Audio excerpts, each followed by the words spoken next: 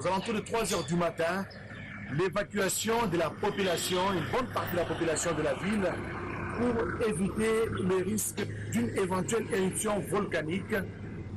Et la population, vous le savez, comme vous le remarquez, est en train de quitter la ville de Goma, direction Saké. D'autres se dirigent vers le Rwanda voisin. Le simple mot d'ordre à suivre, c'est celui du gouverneur de province, le lieutenant général Constant Ndima, qui a demandé à la population d'évacuer vers des lieux sûrs, notamment Saké. Et comme vous le remarquez, c'est le mouvement de véhicules, soit vers le Rwanda, soit vers Saké, et la ville est en train d'être évacuée. C'est que des patrouilles mixtes seront organisées à travers la ville de Goma pour sécuriser les biens, pour sécuriser les maisons, pour sécuriser les magasins. Et dans l'entretemps, c'est l'incertitude. Depuis Goma, Oscar Mbal. Camions Fuso, bondés de vivres, non-vivres et de médicaments essentiels, sont immobilisés dans l'enclos du gouvernorat de province du Nord Kivu. Le gouvernement de la République, au chevet des sinistrés du volcan Nyiragongo, qui manque de tout après l'éruption du volcan. Le ministre de la Santé publique et chef de la délégation, le docteur Jean-Jacques Mbungani, a mis à la disposition des victimes l'assistance du gouvernement de la République constituée de vivres. Ces gestes remis au gouverneur militaire de la province du Nord Kivu, le lieutenant général Constant Ndima, témoigne de l'attachement du président de la République, Félix Antoine Tshisekedi Tshilombo, à cette population affectée, victime de la furie des Nyiragongo. L'équipe du gouvernement et moi-même remettre un lot important en médicaments et en aliments pour soutenir les personnes vulnérables déplacées à l'issue de l'éruption volcanique du 22 mai. Cela a fortement touché toute la nation congolaise.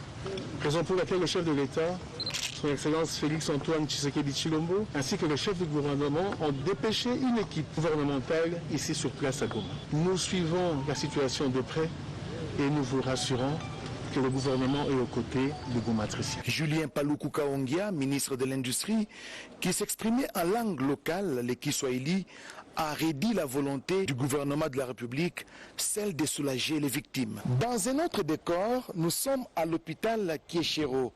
Ici, l'UNFPA et l'OMS ont remis des kits pouvant couvrir les soins de 150 000 personnes, principalement les femmes et les enfants. Ces kits seront prioritairement affectés aux sinistrés de Turunga, Kibati et Munigi, localité du territoire de Nyiragongo, proche de la ville de Goma. Toute cette assistance rentre dans la vision du chef de l'État Félix Antoine Tshisekedi Tshilombo, ici représenté par son directeur de cabinet adjoint, afin de se rapprocher davantage des victimes.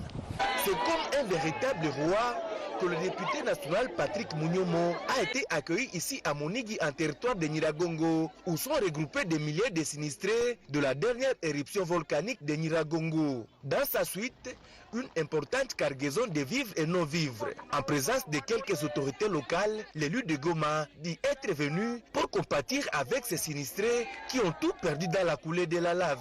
C'est ainsi qu'il va distribuer vivres et non-vivres à ces sinistrés, estimés à plus de 4000, mais aussi quelques habitants de Nyiragongo. Comme d'habitude, partout où je trouve des gens plairés, à mon niveau, avec mes partenaires, j'essaie d'apporter quelque chose.